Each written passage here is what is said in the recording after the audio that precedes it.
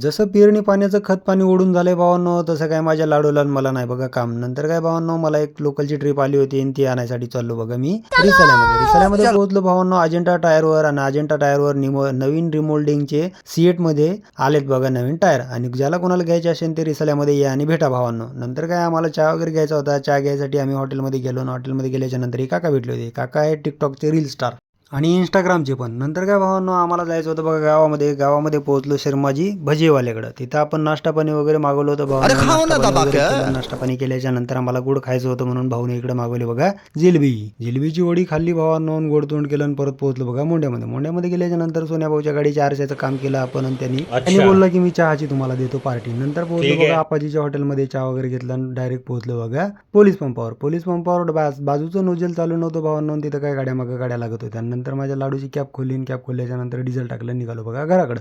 चला भेटू पुढच्या भागात.